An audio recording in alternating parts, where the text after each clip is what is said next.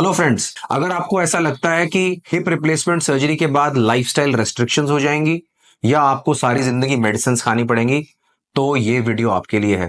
Because इस video में मैं आपको बताने वाला हूं कि हिप रिप्लेसमेंट सर्जरी के बाद क्या मेडिकेशंस दी जाती हैं और वो कब तक दी जाती हैं। Hello friends, I am doctor Pankaj Valecha and I am a hip and knee replacement surgeon in New Delhi, India. आइए समझते हैं कि ये मेडिसिन क्या होती हैं और ये क्यों दी जाती हैं।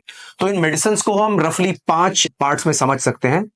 मोस्ट इंपॉर्टेंट मेडिसिन जो एक पेशेंट के लिए होती है वो ये होती है कि मेरे को दर्द तो नहीं होगा सर्जरी के बाद। So first of all you should understand कि हिप रिप्लेसमेंट सर्जरी के बाद एक्चुअली आपका एवियन का या एंकाइलोजिंग का या हिप जॉइंट की आर्थराइटिस का दर्द खत्म हो जाता है। हर पेशेंट हमें सर्जरी के बाद बताता है, सर मुझे वो वाला पेन नहीं है जो सर्जरी से पहले था। ऑफ कोर्स जहां आपका ऑपरेशन हुआ है वहां पर आपको स्ट्रेच पेन हो सकता है, कुछ पेशेंट ज्यादा पेन भी फील कर सकते हैं, बिकॉज पेन एक सब्जेक्टिव चीज है। हर पेशेंट पेन को अलग अलग तरीके से महसूस करता है। किसी को पेन कम महसूस होता है, किसी को बहुत ज्यादा महसूस होता है, लेकिन ऐसा पेन नहीं होता कि जो आपसे टॉलरेट ना हो। ऐसा क्यों है? बिकॉज हम पेन मेडिकेशंस की डोज और कौन सा पेन मेडिसिन आपको देना है वो आपके बॉडी प्रोफाइल के हिसाब से, आपके ब्लड टेस्ट के हिसाब से और आपकी पेन टॉलरेंस के हिसाब से डिसाइड करते हैं। मोस्ट कॉमनली हम यूज करते हैं NSAIDs, which is full form is non steroidal anti inflammatory drugs. Specially उन पेशेंट्स के अंदर जिनको कोई किडनी का इश्यू नहीं है, उनके लिए बहुत ही अच्छी दवाई होती है। और दूसरी मेडिसिन जो हम यूज करते हैं पेन के लिए, दैट इज पैरासिटामोल, या जिसको एसिटामिनोफेन कहा जाता है। बहुत कंट्रीज में एसिटामिनोफेन यूज होता है। सो ये दोनों दवाइयां बहुत सेफ हैं और मोस्टली पेशेंट्स के अंदर इस कॉम्बिनेशन से हम पेशेंट के पेन को बहुत अच्छे से कंट्रोल रख पाते हैं। और क्या आप जानते हैं ये पेन मेडिकेशंस कब तक दी जाती हैं? यानी कि इंजेक्टेबल्स जो मेडिसिन होती हैं जो आपकी नस में दी जाती हैं, वो सिर्फ 3 इंजेक्शन दिए जाते हैं, 2 आपकी सर्जरी वाले दिन और 1 नेक्स्ट मॉर्निंग। उसके बाद आपको कोई पेन मेडिकेशन हम इंजेक्टेबल फॉर्म में नहीं देते जब तक कि आप दर्द ज्यादा महसूस ना कर रहे हो।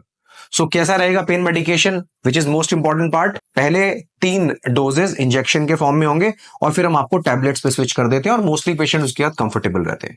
That brings us to medication number 2।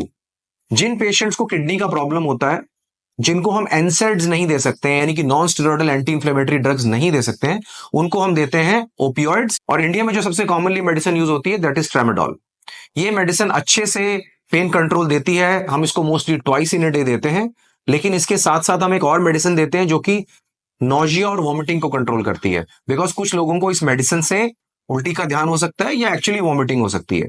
और ये हम जानते हैं और हम पेशेंट्स को बताते हैं कि ये मेडिसिन हम आपके लिए इसलिए शुरू कर रहे हैं बिकॉज हम आपको नॉन स्टेरॉयडल एंटी इंफ्लेमेटरी नहीं दे सकते हैं। और जब ये मेडिसिन दी जाती है तो हर पेशेंट को नोजिया वॉमिटिंग नहीं होता है।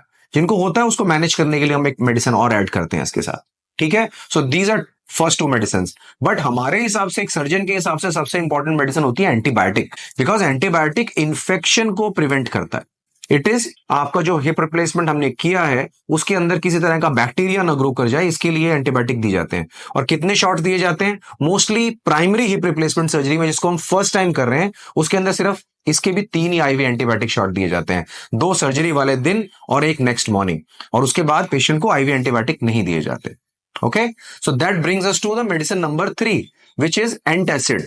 जब पेशेंट्स को ये सब मेडिकेशंस चल रही होती हैं तो हम एंटासिड भी इंजेक्टेबल फॉर्म में देते हैं, ताकि बॉडी के अंदर उन दवाइयों की वजह से कोई ऐसा साइड इफेक्ट ना हो जैसे कि पेशेंट को प्रॉब्लम हो। और ये एंटासिड हम टैबलेट्स पे स्विच करने के बाद भी पेशेंट को देते हैं।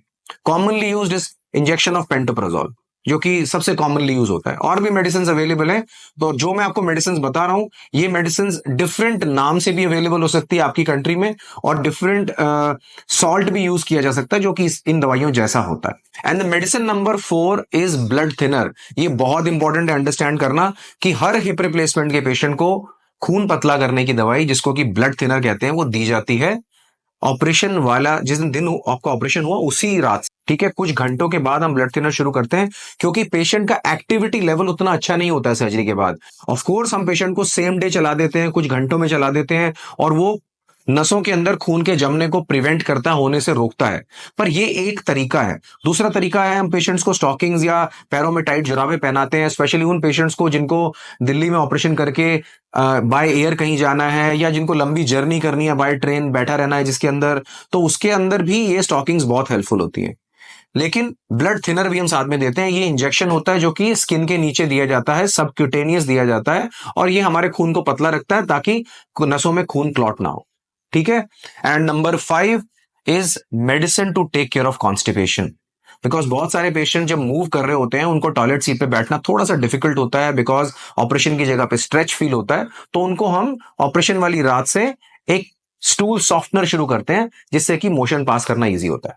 सो कॉमनली ये 5 मेडिसिन हम पेशेंट्स को देते हैं after hip replacement surgery in first 2 days. उसके बाद जब आप डिस्चार्ज हो जाते हैं तो इन्हीं मेडिसिन का, पेन मेडिसिन का, स्वेलिंग कम करने की मेडिसिन का, एसिडिटी की मेडिसिन का और खून पतला करने की मेडिसिन का हम आपको टैबलेट लिख के देते हैं, जो कि 5 दिनों के अंदर यूजुअली बंद हो जाता है। और उसके बाद पेन मेडिसिन सिर्फ तब दी जाती है जब आपको दर्द हो, और वो आप डिसाइड करते हैं। हम पेशेंट को बोलते हैं इसको एसओएस बेसिस पे लेना है, मतलब जब आपको लगे मुझे दर्द है तो लेना है। Okay, so that is all. और लाइफ लॉन्ग मेडिसिन नहीं चल रही होती। ये ब्लड थिनर हम यूजुअली 4 to 6 वीक्स के लिए देते हैं और उसके बाद ये भी बंद हो जाता है। तो उसके बाद कैल्शियम, विटामिन डी, सिर्फ ये मेडिसिन चल रही होती है जो कि एक नॉर्मल इंसान भी खा रहा होता है। सो डरने की जरूरत नहीं है, सारी जिंदगी दवाइयां नहीं चलेंगी, लेकिन आपकी जिंदगी जरूर चेंज हो जाएगी इस ऑपरेशन के बाद। और आपको रेस्ट्रिक्शन ऑफ मूवमेंट नहीं होगी, आपको लिबर्टी ऑफ मूवमेंट होगी। आपकी लाइफ में रेस्ट्रिक्शंस खत्म एंड फ्रीडम शुरू होगी। My best wishes to all of you. Thank you for watching.